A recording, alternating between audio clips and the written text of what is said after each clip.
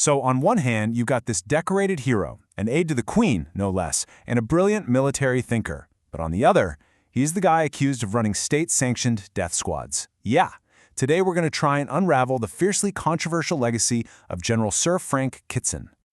So how does that happen, right? How do you get from decorated general, an aide-de-camp to the queen, to being accused of running death squads? I mean, to really get a handle on Frank Kitson, you have to dig into this massive paradox at the heart of his career. It's this story that pits a celebrated national hero against, well, an alleged architect of a very, very dirty war. All right, so first up, a general accused. Let's really look at this man of deep, deep contradictions.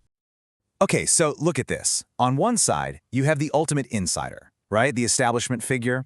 Kitson was showered with the highest military honors you can get. He was even an aide-de-camp to the Queen. And his theories on warfare, they were so influential that top American generals, guys like David Petraeus, were studying his work during the Iraq War. But then, you flip the coin. And on the other side, he's this figure that so many people just despise. He's been called the architect of Britain's dirty war in Northern Ireland. And this isn't just talk. It's a legacy that actually led to him being personally sued back in 2015 for enabling what his accusers call, and I'm quoting here, state-sanctioned murder. So how do we even begin to square these two completely conflicting images? Well, the answer really lies in the world that shaped him. An era that was defined by a totally new, unconventional kind of war. Think about the world after World War II. The whole nature of conflict was changing, right? The old days of massive armies clashing on open battlefields, that was fading away. What took its place was this messy, drawn-out kind of warfare, insurgencies. You saw them popping up in places like Malaya, Kenya, and Algeria, all as the old colonial empires were starting to crumble. And here's the thing.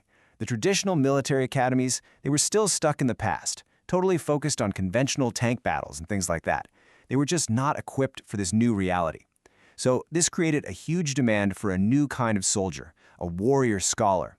These were officers who weren't just fighters, they were also thinkers, people who could literally write the playbook for these messy new conflicts. And this is exactly where Frank Kitson came in. His direct, on-the-ground experience in Kenya and Malaya, well, that became the foundation for his pretty radical new theories. So what was Kitson's big idea? His solution to this new kind of war was a doctrine that would completely redefine counterinsurgency. It was called the counter-gang, and believe me, it was as brutally effective as it was controversial. At the absolute heart of Kitson's philosophy was this concept of the counter-gang, or pseudo-gang. And look, it was built on an idea that's as old as war itself, something straight out of Sun Tzu.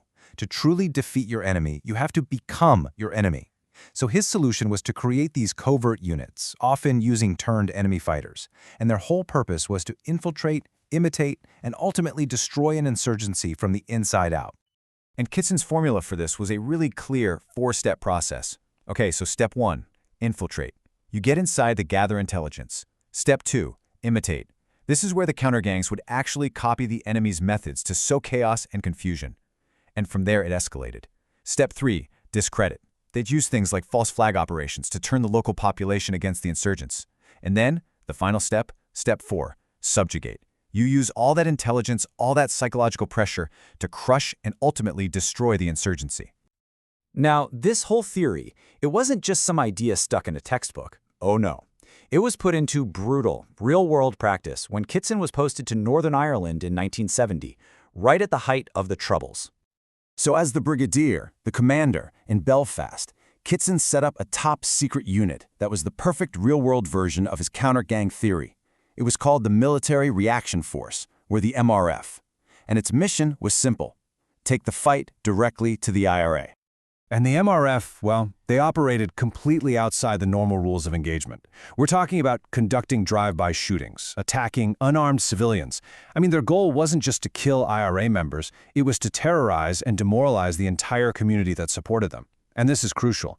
They aimed to provoke the IRA into a bloody sectarian war with Protestant paramilitaries. It's a classic divide-and-conquer tactic, right? Get your enemies fighting each other so they're not focused on you, in this case, the British Army. You don't even have to take my word for it. In a BBC documentary back in 2013, a former MRF soldier summed up their mission with this absolutely chilling admission.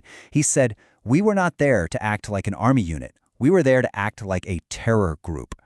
I mean, you can't get much clearer than that. They were there to fight terror with terror. So, as you can imagine, all of this brings us to the fiercely debated legacy of Frank Kitson and the methods he pioneered. You know, Kitson himself never really shied away from the brutal reality of his doctrine. He basically argued that to win these kinds of conflicts, the law had to be, well, flexible. He said it himself back in 1971. Restoring orders sometimes required a willingness to do unpleasant things for what he believed was the greater good. And so his legacy today is completely polarized. It's night and day. To the military establishment, he's this revered, incisive thinker, a military theorist whose advice was sought by the Americans for the war in Iraq.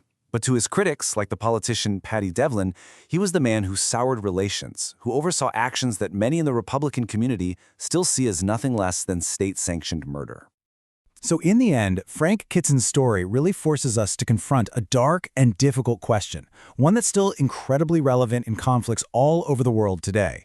It's this: to restore peace, must a democracy compromise its own values? In the fight against insurgency and terror, just how far is too far? It's a tough question with no easy answers.